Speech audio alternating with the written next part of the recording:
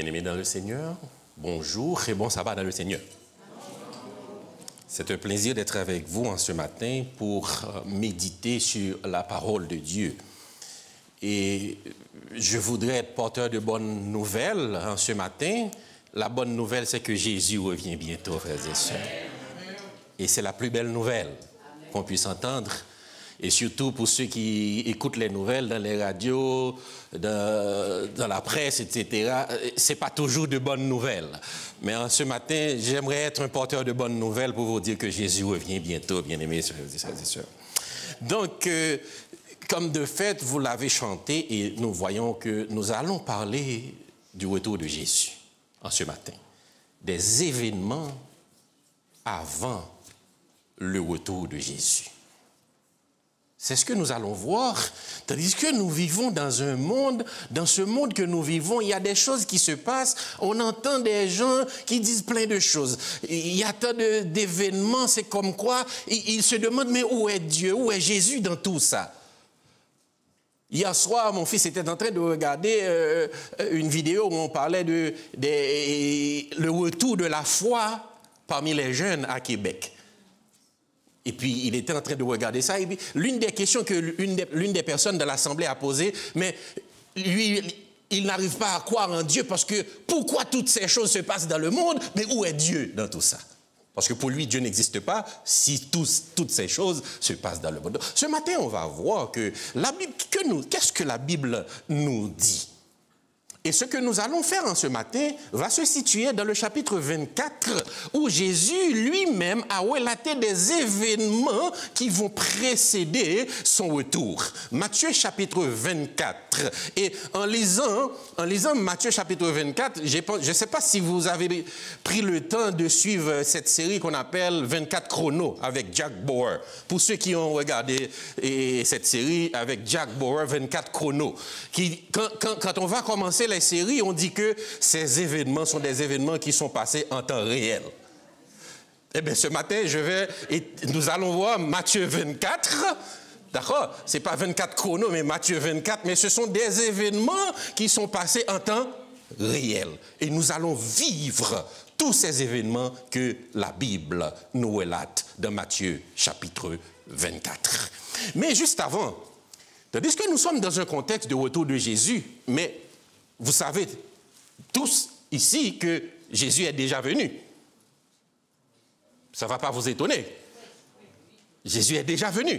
D'accord? Parce que la Bible avait déjà annoncé dans Ésaïe chapitre 11, versets 1 et 2, qui avait dit que « Puis un rameau sortira du tronc d'Isaïe et un rejeton naîtra de ses racines. » Verset 2. « L'esprit de l'Éternel reposera sur lui, et esprit de sagesse et d'intelligence, esprit de conseil et de force, esprit de connaissance et de crainte de l'Éternel. » Donc, Ésaïe avait déjà prophétisé la venue de Jésus. Et cette prophétie a été réalisée dans Luc chapitre 1er, versets 30 à 35, il dit, l'ange lui dit, ne crains point Marie, car tu as trouvé grâce devant Dieu. Et voici, tu deviendras enceinte, et tu enfanteras un fils, et tu lui donneras le nom de Jésus. Il sera grand et sera appelé fils du Très-Haut. Et le Seigneur Dieu lui donnera le trône de David, son père. Il régnera sur la maison de Jacob éternellement, et son règne n'aura point de fin. Marie dit à l'ange, comment cela se fera-t-il, puisque je ne connais point d'homme? Verset 35.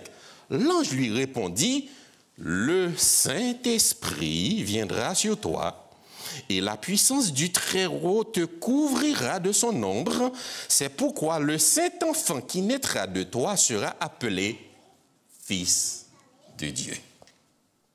L'accomplissement de la prophétie annoncée par Ésaïe. L'enfant est venu, il est né. Il est là. Jésus, donc, la prophétie a été dit qu'il y a un Messie, il y a un Sauveur qui doit venir. Il est venu. Il est venu. Il est là. Il est venu. Maintenant, Jésus lui-même, dans Luc 4, verset 18, a dit ceci. L'Esprit du Seigneur est sur moi, parce qu'il m'a oint pour annoncer une bonne nouvelle aux pauvres.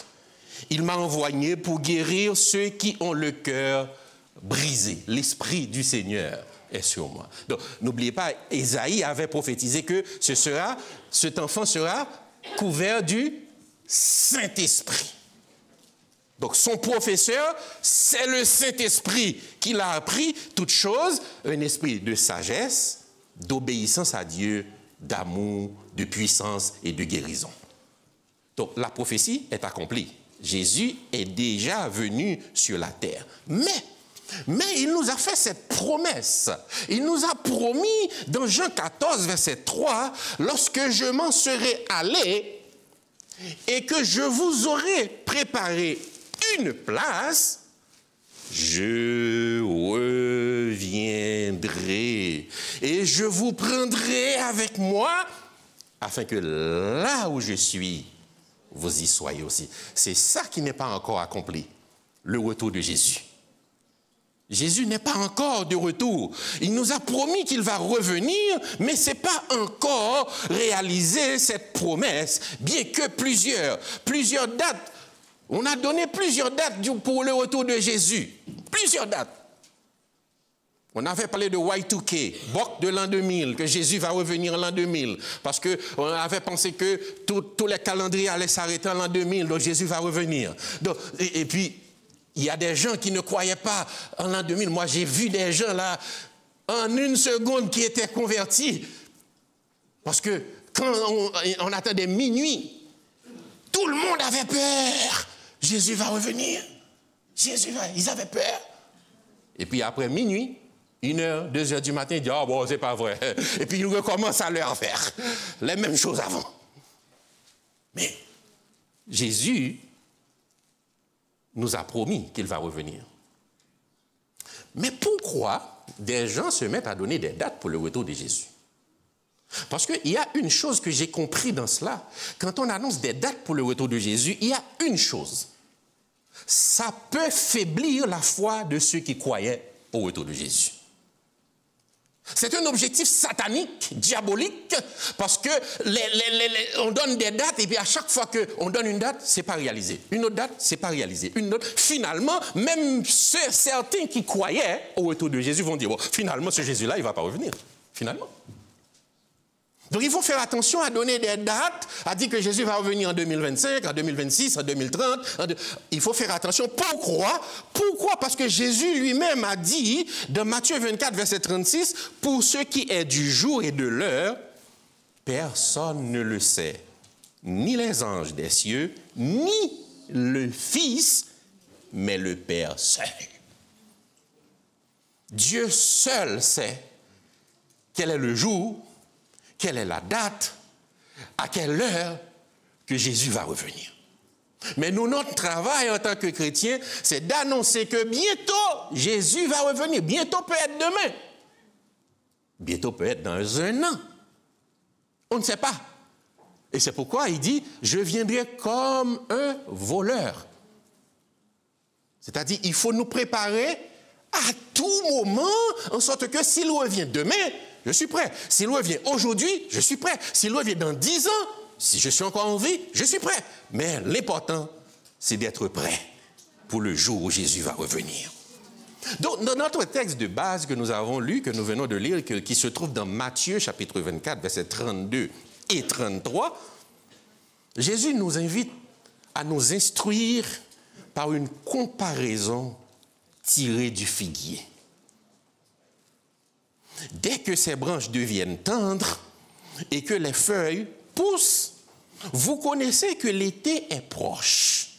Verset 33. De même, quand vous verrez toutes ces choses, sachez que le Fils de l'homme est proche à la porte. Mais quand Jésus dit quand vous verrez toutes ces choses, mais c'est quoi toutes ces choses?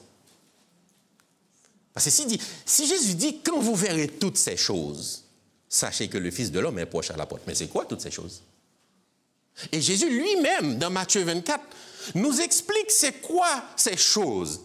Dans Matthieu 24, verset 4, verset 5, verset 11 et 24, Jésus nous dit que l'une des choses qui va arriver pour précéder son retour, il va y avoir plusieurs faux prophètes dans le monde. Plusieurs faux prophètes viendront en mon nom, a dit Jésus. Ils se feront passer pour le Christ. Ils diront, c'est moi qui suis le Christ. Et beaucoup vont suivre ces faux prophètes. Et Jésus nous avait avertis de tout ça. Il existe de nombreuses personnes à travers le monde, souvent dans des contextes moins médiatisés, qui prétendent être des réincarnations de Jésus. Ces individus forment parfois de petites sectes ou groupes spirituels, souvent en dehors des radars, des grandes religions ou des médias. Ils se cachent dans un petit coin et disant à leurs adeptes que ce sont eux, la réincarnation de Jésus. D'après les spécialistes, ils disent qu'il y a 3 motivations derrière cela. 3 choses qui peuvent motiver quelqu'un à se faire passer pour Jésus. La première chose, ils disent que c'est une motivation psychologique. Psychologique, c'est-à-dire ils ont une vision déformée de leur propre identité ou de leur mission spirituelle. C'est psychologique. Ils déforment le sens de ce que Dieu dit. Et il dit, la deuxième motivation, c'est pour faire de la manipulation. Pour manipuler les gens. Parce que quand quelqu'un vient te dire, c'est moi qui suis le Christ, j'ai tous les pouvoirs du monde, eh bien oui, ok, tout ce que tu me dis, je vais le faire. C'est pour manipuler les gens. Troisième motivation, c'est pour faire passer leurs croyances personnelles. Parce que ce sont des gens, la loi de Dieu, c'est pas ce qui les intéresse, c'est leur loi. C'est ce qu'ils veulent. Et les adeptes doivent obéir à la lettre à ce qu'ils disent. Il y en a même qui frappent les adeptes, comme des enfants. Tu n'es pas obéissant. Et pourtant, il y a plein de monde qui suivent ces gens qui se font passer pour le Christ. Et parmi les plus connus, peut-être que vous, il y en a beaucoup, mais parmi les plus connus, on a parlé de David Koresh. On a parlé de Shoko Asahara. On a parlé de Sergei Torop. On a parlé de Alan John Miller. On a parlé de José Ruiz, de Jesus Miranda. Ce sont les plus grands connus dans le monde. Celui-là, Alan John Miller, c'est un informaticien, lui. Lui, sa réincarnation, c'est vraiment autre chose, lui. Parce qu'il a épousé une femme qu'il appelle Marie-Madeleine. Donc, en sorte qu'il est le Christ qui a épousé Marie. Vous voyez? Blasphématoire, diffamatoire. Pourtant, il se dit la réincarnation de Jésus-Christ. Il fait fureur jusqu'à présent dans le monde. Alan John Miller. Mais pour ceux qui ne sont pas encore en vie aujourd'hui, nous voyons que ces gens, leur fin, c'est toujours une fin tragique. Par exemple, vous connaissez David Koresh, à Waco. C'est tragique. Il y en a qui empoisonnent tout le monde dans leur congrégation. Ils donnent une potion empoisonnée, ils empoisonnent tout le monde. C'est tragique. Mais pourtant, des gens les suivent. Donc c'est le premier signe que Jésus nous dit de faire attention. Attention. Plusieurs viendront sous mon nom disant c'est moi qui suis le Christ. Et ils feront des miracles et des prodiges au point de séduire, s'il était possible, même les élus. Premier signe, premier événement, première chose que Jésus nous met en garde avant son retour. Deuxième, on va aller vite parce qu'on a plusieurs points. Donc, deuxième point, Jésus nous annonce dans Matthieu chapitre 24, versets 6 à 8, qu'il va y avoir des guerres, des famines et des tremblements de terre avant son retour. Des guerres, des famines et des tremblements de terre, un peu partout. Vous entendrez parler de guerre et de bruit de guerre. Gardez-vous d'être troublés, car il faut que ces choses arrivent, mais ce ne sera pas encore la fin, a dit Jésus. Guerre en 2024. Vous connaissez la guerre russo-ukrainienne. Jusqu'à présent, cette guerre, la guerre. Le conflit israélo-palestinien. Guerre dans le monde. Et un peu partout, c'est la guerre. Ce sont des conflits un peu partout. Et les famines à travers le monde. Conflits armés et instabilité politique, insécurité économique, crise de gouvernance et d'infrastructure, c'est à cause de la famine dans plusieurs pays. Les gangs armés, des gens civils armés qui mettent la terreur, qui sèment la terreur dans le pays, problèmes économiques, problèmes d'infrastructure, problèmes écologiques, toutes sortes de problèmes, parce que le monde est sans dessus. Dessous. Tremblement de terre. Février 2024, un tremblement de terre à Turquie de magnitude 6,7. En février 2024. En Indonésie, en mars 2024, un tremblement de terre de 7,2. En Californie, aux États-Unis, en juin 2024, un tremblement de terre de 6,3. Un peu partout. Il y en avait d'autres. Au Japon, en Chine, un peu partout. Tremblement de terre. Jésus a dit, vous aurez des guerres, des famines et des tremblements de terre. Quand vous verrez ces choses partout dans le monde, sachez que le Fils de l'homme est proche. Troisième signe pour annoncer le retour de Jésus. Mort, haine, trahison interne et externe. Matthieu chapitre 24, versets 9 et 10. Alors on vous livrera au tourment et l'on vous fera mourir et vous serez haïs de toutes les nations à cause de mon nom. Alors aussi plusieurs succomberont et ils se trahiront et se haïront les uns les autres.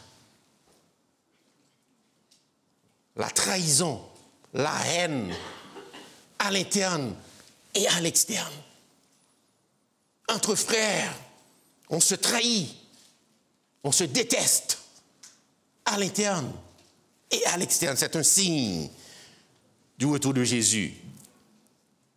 Selon Open Doors, une organisation internationale qui suit la persécution des chrétiens,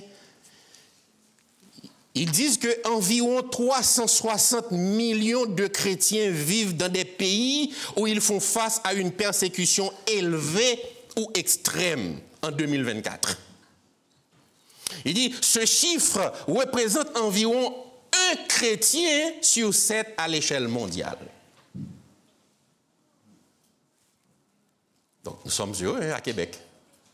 Nous pouvons nous lever paisiblement, prendre notre voiture, l'autobus, se rendre à l'église paisiblement, sauf la neige qu'on peut avoir peur. C'est quand la route est glissante, quand il y a du verglas, on peut dire « Oh, c'est trop glissant la route », mais paisiblement, on peut se rendre à l'église. Mais dans des pays, 360 millions de chrétiens sont persécutés à cause de leur foi.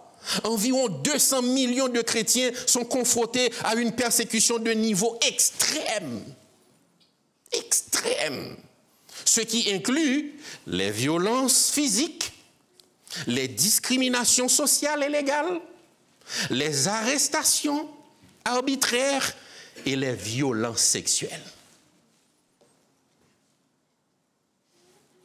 Environ 200 millions de chrétiens. Ce n'est pas une mince affaire, hein? Mais Jésus nous avait dit que tout cela va arriver avant son retour. Quatrième fait, Jésus a dit dans Matthieu 24, verset 12, « Et parce que l'iniquité se sera accrue, la charité du plus grand nombre se refroidira. » L'amour du plus grand nombre se refroidira. l'amour à l'Église va se refroidir. La fraternisation va se refroidir. Je me fiche de l'autre. Je ne suis pas son père, je ne suis pas sa mère. Il a des problèmes, c'est son problème à lui. Ce n'est pas mon problème.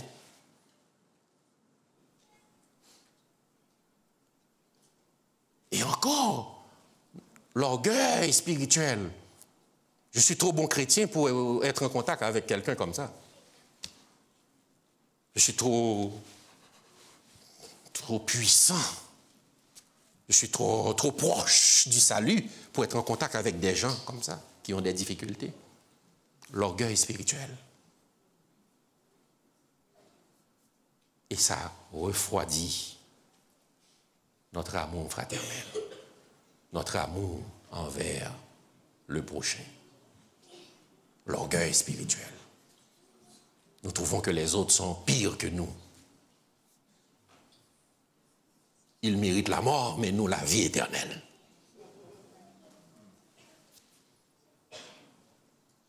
Pourtant, c'est pas ce que Jésus nous demande de faire. Matthieu 24, 12 nous annonce qu'à mesure que l'iniquité, la rébellion va s'établir à l'Église, va s'établir dans la chrétienté, et bien maintenant, l'amour véritable qui est fondé sur Dieu va baisser à l'Église. On aura une baisse dans l'amour fraternel. Ça va baisser. Mais que Dieu nous garde, que Dieu nous préserve de cela, afin que nous soyons restés toujours soudés l'un avec l'autre. Supportons-nous les uns les autres. Car quand les jours viendront, les grandes persécutions, on ne pourra pas s'en sortir tout seul. Mais coude à coude, on va s'en sortir. Restons attachés l'un à l'autre, afin que quand ce jour arrivera, que le Seigneur nous fera grâce. Cinquième fait, avant le retour de Jésus, ça, c'est important. Matthieu 24, 14. Cette bonne nouvelle du royaume sera prêchée dans le monde entier pour servir de témoignage à toutes les nations. Alors viendra la fin. La proclamation de l'Évangile. Partout. Partout, la proclamation de l'Évangile. En 2024, la Bible entière a été traduite en 704 langues. Et des nouvelles traductions de la Bible sont régulièrement en cours pour répondre aux besoins des groupes linguistiques non atteints. Le Nouveau Testament a été traduit dans plus de 1600 langues. Environ 3000 langues ont déjà des portions de la Bible traduites et de nombreux projets sont en cours pour compléter les traductions de la Bible dans toutes les langues. Et nous avons des émissions en ligne, comme Il est écrit, comme Mieux vivre, comme la chaîne de l'église de Saint-Georges. Je vois des millions de gens regardent, comme ma chaîne YouTube, Proximité évangélique et entraide. 30 000 de personnes à travers le monde assistent des études. La bonne nouvelle doit être prêchée dans le monde entier pour servir de témoignage. Alors viendra la fin. Mais regardez bien, Jésus dit, cette bonne nouvelle du royaume sera prêchée dans le monde entier pour servir de témoignage. Ça veut dire beaucoup de choses, hein? Témoignage, pour témoigner. Témoigner veut dire quoi? C'est de dire, moi, ce que Dieu a fait pour moi. Est-ce que moi, je crois en Jésus? Donc, si je ne crois pas en Jésus, je ne peux pas parler de Jésus. Je ne peux pas donner ce que je n'ai pas. Donc, c'est un témoignage. Parce que quand les autres voient notre façon de vivre, ils vont glorifier le nom de Dieu. Notre foi en Dieu. Des fois, nous n'avons même pas besoin de parler. Parce que les actions parlent plus que les paroles. si nous sommes en guerre avec nos voisins, comment nous allons les inviter à venir à l'église? Comment? Si le voisin monte sur notre terrain, on est prêt à nous battre pour lui dire « Sors sur mon terrain ». Moi, je me rappelle que j'ai un voisin, close, proche de moi, puis sa fille court partout. Et des fois, elle court sur mon terrain. Elle fait du bruit. Une fillette qui s'amuse. Et alors, qu'est-ce que je vais faire avec la terre? Je vais prendre la terre, mettre dans mes poches, là? Puis, mais il a compris ça, le père, et puis il m'a écrit un texto pour me dire « Je suis désolé, ma fille fait beaucoup de bruit, et elle vous dérange. » J'ai dit « Écoutez, monsieur, moi, la seule chose que j'ai besoin de savoir, c'est est-ce que vous savez qu'elle est sur mon terrain? Si vous savez, vous acceptez qu'elle joue sur mon terrain, qu'est-ce que je vais faire avec le terrain? Donc, qu'elle joue, que l'enfant s'amuse, court partout, elle fait le tour de la maison. Elle a beaucoup d'énergie. Hein? Quand je les regarde, je dis « Ouf, je suis vieux. Hein? Elle court toute la journée. Elle fait du bruit. On entend son pied. Je dis, ouf, quelle énergie. Hein? Mais on laisse l'enfant s'amuser. Donc, est-ce que ça va me mettre en conflit avec un voisin parce que son enfant joue sur mon terrain? Pourtant, je suis en train de dire que je suis un chrétien. Mais non, mais non, mais non. Donc, c'est ça. Donc, le témoignage, c'est montrer aux gens, vous vous attachez aux choses matérielles. Moi, je m'attache à Dieu. Je dis merci à Dieu pour la maison qu'il me donne. Merci pour la voiture, merci, merci. Mais moi, ce qui est plus important pour moi, c'est ma relation avec Dieu. Et ça, c'est un témoignage pour les gens. 6e fait, avant le retour de Jésus, 6e chose, il y aura un temps de détresse et de désolation. Matthieu chapitre 24, versets 15 et 21. Il dit, c'est pourquoi, lorsque vous verrez l'abomination de la désolation dont a parlé le prophète Daniel, établi en lieu saint, que celui qui lit fasse attention. Car alors, la détresse sera si grande qu'il n'y en aura point eu de pareil depuis le commencement du monde jusqu'à présent et qu'il n'y en aura jamais. Une détresse. Donc, ces versets illustrent l'anticipation de grands bouleversements et événements apocalyptiques liés à la fin des temps, où la dévotion et la fidélité des croyants seront mises à l'épreuve par des circonstances d'une violence sans précédent. La loi de Dieu sera remplacée par la loi humaine. Quand la loi de Dieu va être remplacée par la loi humaine, imaginez-vous, Dieu dit une chose et l'homme dit non, c'est pas bon ce que Dieu a dit, voici ce qui est bon. Imaginez un instant dans quel monde que nous allons nous trouver. Ce ne sera pas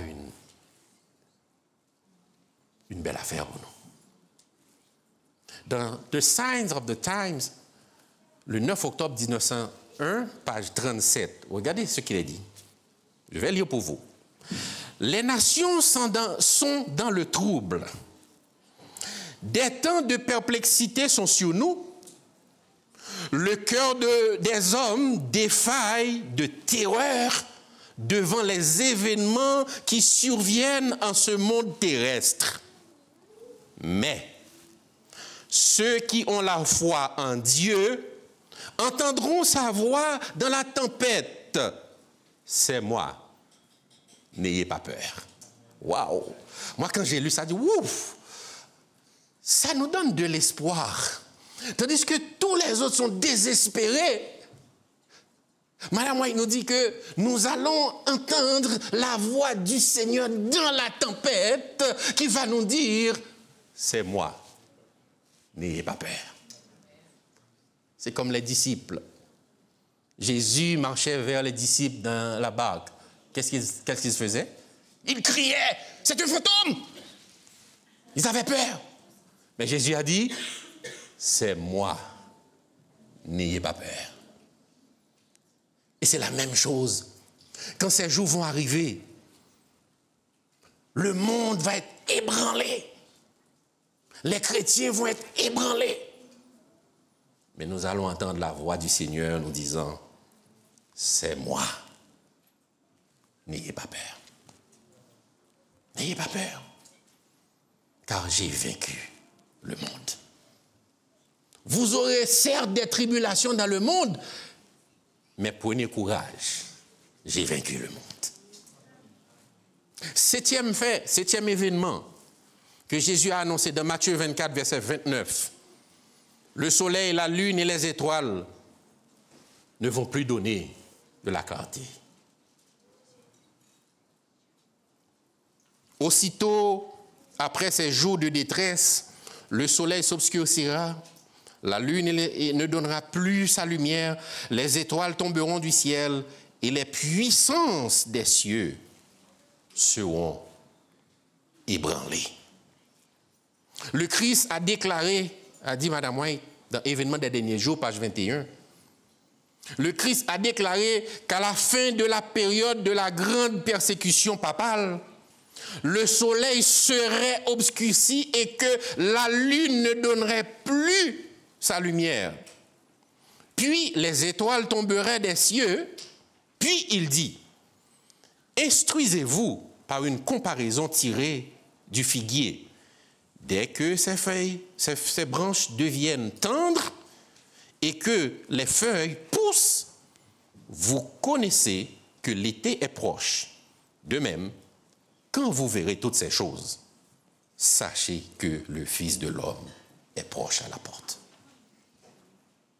Quand vous verrez toutes ces choses, tous les événements dans le ciel, sur la terre, la nature, partout, quand vous verrez toutes ces choses, sachez que le Fils de l'homme est proche à la porte. Donc tout ce que nous voyons, tout ce que nous entendons, pour nous qui écoutons les nouvelles, tout ce que nous entendons, des fois nous nous demandons, mais où va le monde? Mais nous savons où va le monde. Nous le savons en tant que chrétiens. Nous le savons très bien, pas vrai? Nous savons où va le monde. Mais nous devons nous préparer pour ce qui va venir. Parce que l'on veuille ou non, avec nous ou sans nous, ce qui doit arriver va arriver. Maintenant, ce qu'on doit faire, c'est de nous préparer pour être parmi ceux qui vont être contents quand Jésus va revenir. Parce qu'il va y avoir deux groupes. Ceux qui vont être contents et ceux que ça ne va pas bien pour eux. Mais que nous soyons parmi ceux qui vont être contents quand Jésus va revenir. Huitième événement que Jésus nous relate dans Matthieu 24, versets 37 et 39. À 39, les hommes réagiront comme au temps de Noé. Comme au temps de Noé. Les hommes mangeaient, buvaient, festoyaient et ne se doutèrent de rien. Jusqu'au jour où le déluge vint et les emporta tous. Et Jésus nous dit, la même chose qui s'est passée du temps de Noé et du temps de Lot arrivera à la fin des temps. Déclin des chrétiens à l'Église, c'est le déclin spirituel. Il dit que le refroidissement spirituel est particulièrement marqué dans les pays occidentaux où la sécularisation progresse. Plusieurs études et rapports montrent un déclin de la pratique religieuse et de l'engagement chrétien dans ces régions. Les êtres humains sur la terre mangent, boivent, font la fête, se marient et se fichent de la loi de Dieu. Une étude menée par Barna Group en 2023 montre que 3 jeunes adultes chrétiens sur 5 en Amérique du Nord abandonnent leur pratique religieuse après l'âge de 18 ans. 3 sur 5 abandonnent leur pratique religieuse pour se faire bad boys.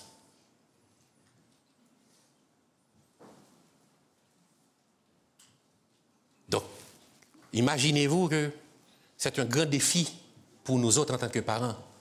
C'est moi, j'ai 2 adolescents. Je parle beaucoup avec eux. Je leur dis, écoutez, la plus grande richesse que je peux vous laisser, c'est Dieu.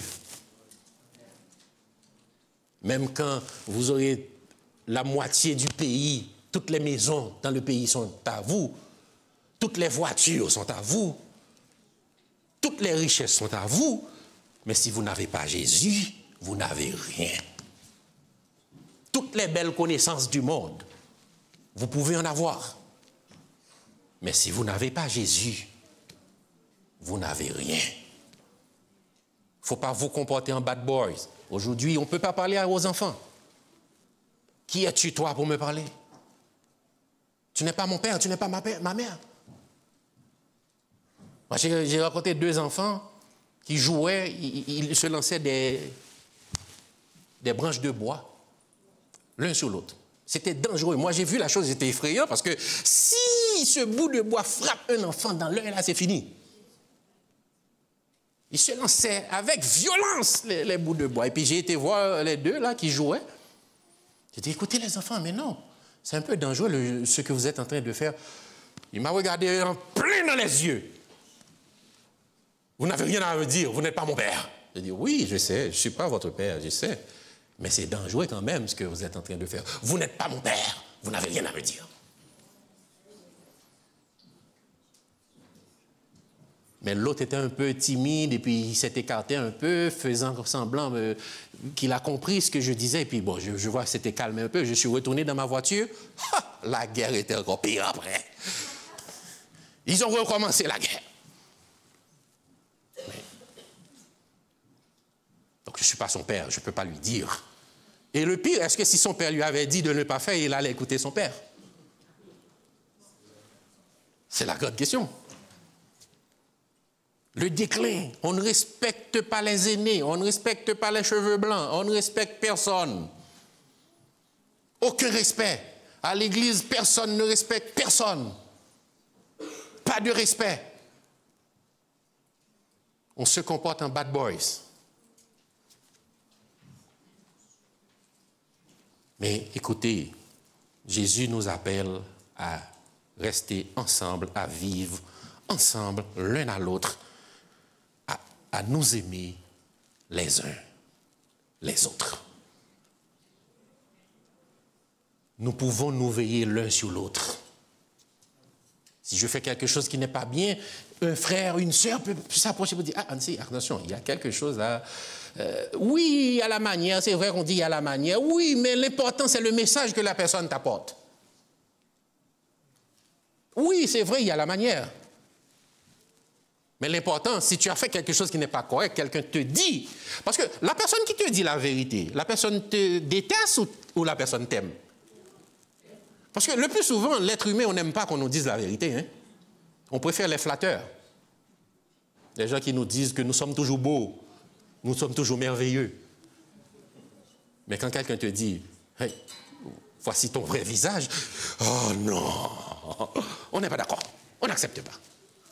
Parce qu'on aime les flatteurs. Et comme l'autre a dit, tout flatteur vit aux dépens de celui qui l'écoute. Donc, 9e, avant-dernier fait avant le retour de Jésus. 9e événement. Dans Jean chapitre 19, verset 30, comparé à Apocalypse chapitre 16, verset 17, il y a un mot que Jésus avait prononcé à la croix. Est-ce que vous vous rappelez?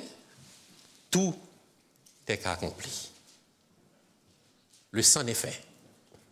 Et Apocalypse 16, verset 17 nous dit que avant le retour de Jésus, dans Apocalypse 16, 17, Jésus va dire « c'en est fait ». Tout est accompli.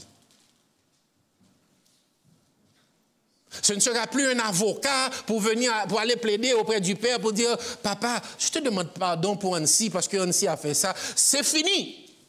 C'est fini. Tout est accompli. Avant le retour de Jésus, le sang des faits va être prononcé. C'est fini.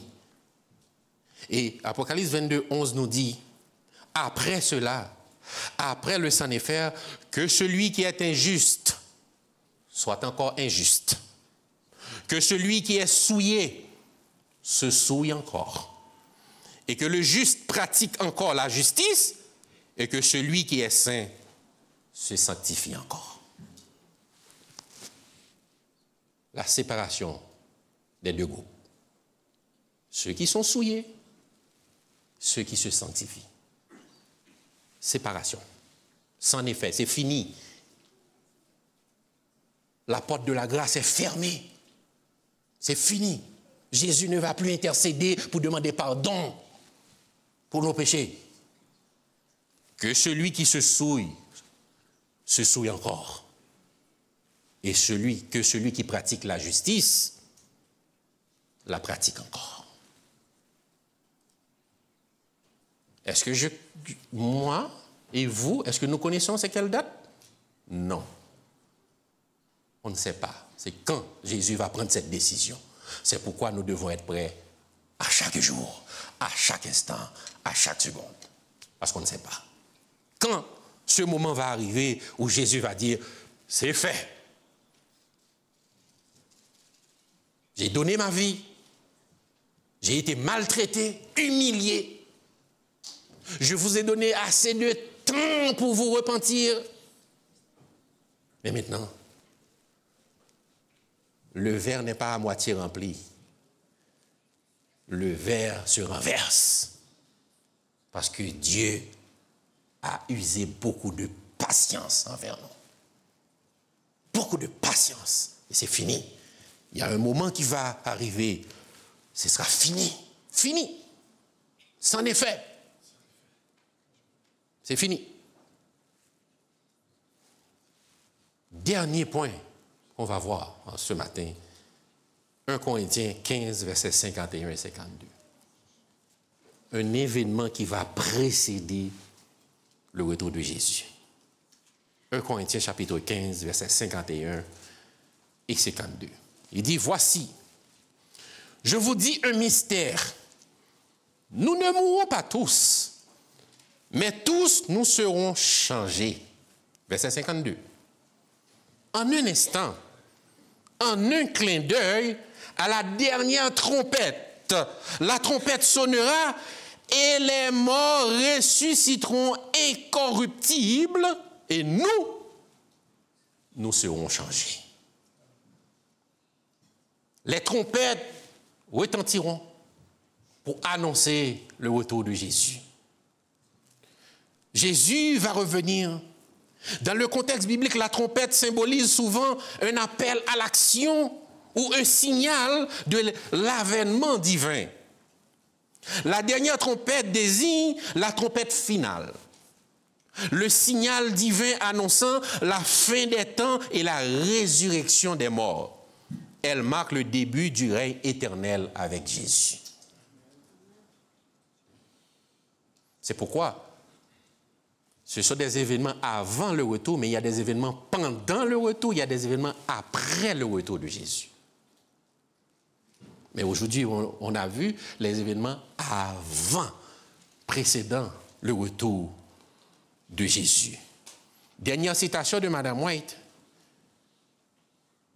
Mme White nous a dit, comme citation en ce matin, pour terminer ce sujet des événements avant le retour de Jésus, pour nous montrer l'importance que nous, en tant que chrétiens, nous devons prêter attention au retour de Jésus.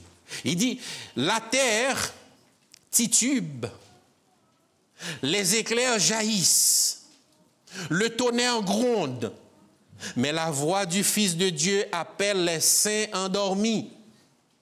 Son regard se pose sur la tombe des justes. Puis, levant les mains vers les cieux, il crie, « Réveillez-vous, réveillez-vous, réveillez-vous, vous qui dormez dans la poussière, et sortez. » Toute la terre entendra cette voix, et ceux qui l'entendront vivront.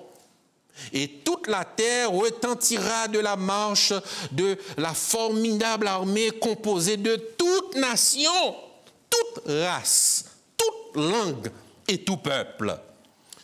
Ils sortent de la prison de la mort, vêtus d'une immortelle gloire, criant « Ô mort, où est ton aiguillon? Ô mort, où est ta victoire? » Et les justes, vivants, et les saints ressuscités unissent leur voix en un long et joyeux cri de victoire.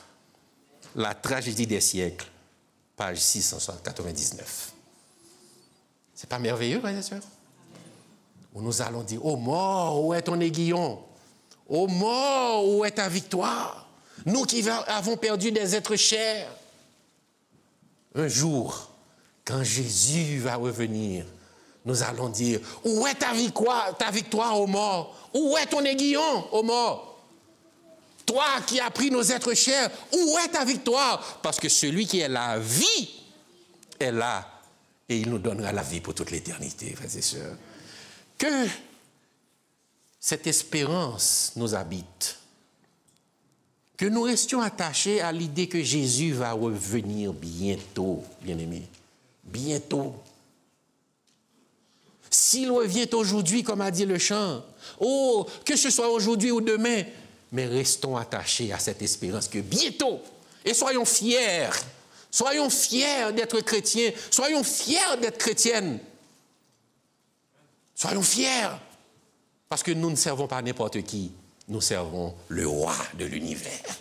Et bientôt, il va revenir pour nous introduire dans la Jérusalem, la cité de Dieu que nous allons chanter bientôt.